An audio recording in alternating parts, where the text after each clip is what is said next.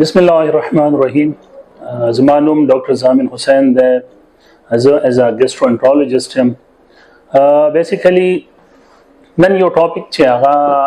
ډیر ضروری ما حساب کړو هغه دا دی چې زه ډنګي فیور باندې لږ خبرې وکم چې مونږه ډنګي تبه وته وایو. د دې ډیر مخکې نه مونږه دلته پاکستان کې سپیشلی په پېښور کې کله دا وبا انکریز شي و دا 2013 2014 او 15 کې و. هغه ټایم زه په LRH کې چې کوم یونټ مونږ جوړ کړی وو هغه چې ډنګي observation یونټ وو نو زه د هغه ټایم سپروایزر هم د وارډ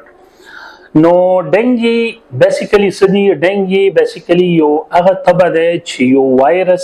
وایرس پس کې ده یو ماشي کې ده نو هغه ماشه چې کله انفیکټډ شي دا جست لایک ملیریا لکه یو بلنا بلته لګي نو دا رو ورځ پورز میاشت په میاشتو دا زیاتی بیسیکلی ډنګي چې کوم ده هغه یو د ماشي وجنه لګيږي چې یو تبعی د چا اول نه ډنګي وتا کماشه هغه سره اخري نو بیا فار ایگزامپل هغه ماشه نږدې زمونږه لکو کې د یو کور کې ده چې کم یو ماشه کم یو ماشي چې هغه انفیکټډ دی هغه چې څومره کسان خوري نو هغه ته تبه لګي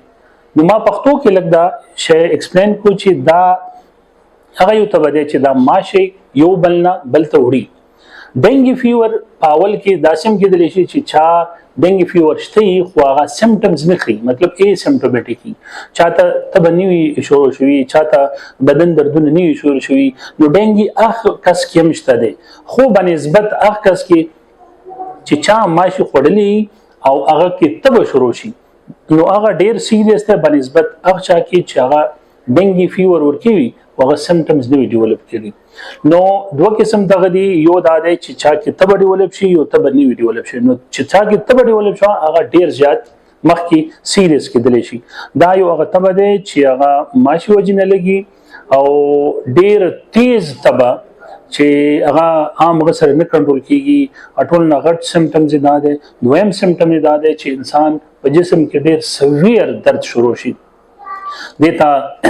بریک بون ډیزیز هم بریک بون فیور هم ځکه موږ وایو چې بریک بون فیور هغه تبه چې هغه بالکل زموږ اډو کې ماتي نو دا پښتو کې موږ دیتا ترانسلیشن وکړو دا تبه لګي ولی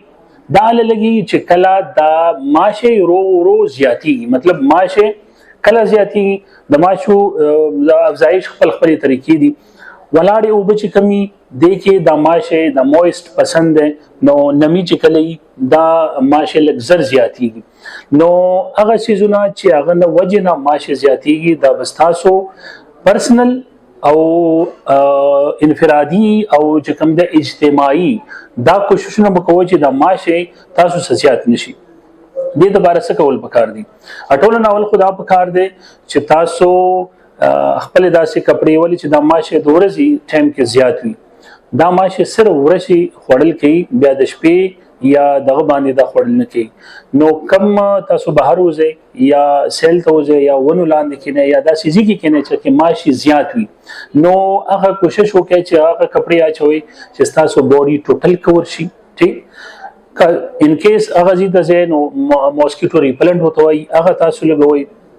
خپل کور کې چې کم دادي تاسو وسه پورې دا شي زینا چې واټر سټورج موږ وته وي او به چې کم ځکه سټورج کیږي ولې چلته نمی زیاتې هغه کې ماشه اسانه سره زیاتې هغه شیزونه کور کې چې کم ځ باندې او بو دريږي چې کم کورو سره نږدې نالیانی وي یا داسې ګندګي چې چولي هغه کې او بو دريږي او بو سره چې کله دی او دريږي نو دا ماشه ډیر زیات زر تیزه سره تلی شي نو دغه زینا چې کم تاسو حسابيږي چې د کې ماشه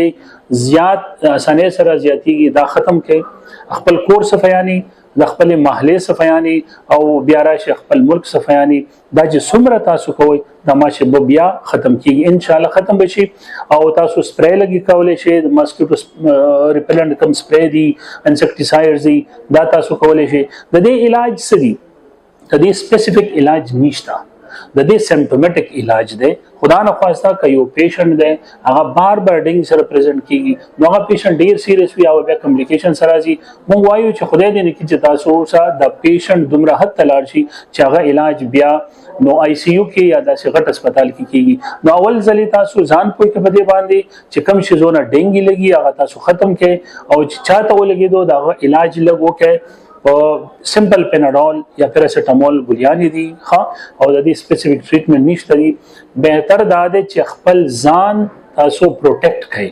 بنسبت دا شي چې یو علاج تاسو دومره سیریس بوجي چې به تاسو هسپتال نه بغیر د علاج نه کیږي نو دا یو انفارمیټیو ویډیو چې څومره خپل ځان د خپل کور د خپل محله د دې صفایانو لحاظ تاسو کې د ګندګي چې کوم ځای کې وبودريږي ناله دي یا چې کوم داسې ځای نه دي چې هغه کې اوبه چې کوم ګندګي ده هغه کې چې اوبه ودرېږي هغه ځای نه ختم کړي لګ تاسو خپل ځان د پاره د کار شروع کړي خپل محله د پاره شروع کړي انسانيت د پاره شروع کړي ان شاء الله داسې د سیریس بیماری نه ده خو کچېره تاسو ځان په پوي کې او خپل ملک سره لګ تاسو خپل ځان سره خپل ملک سره خېګړاو کې والے ورحمت الله وبرکاته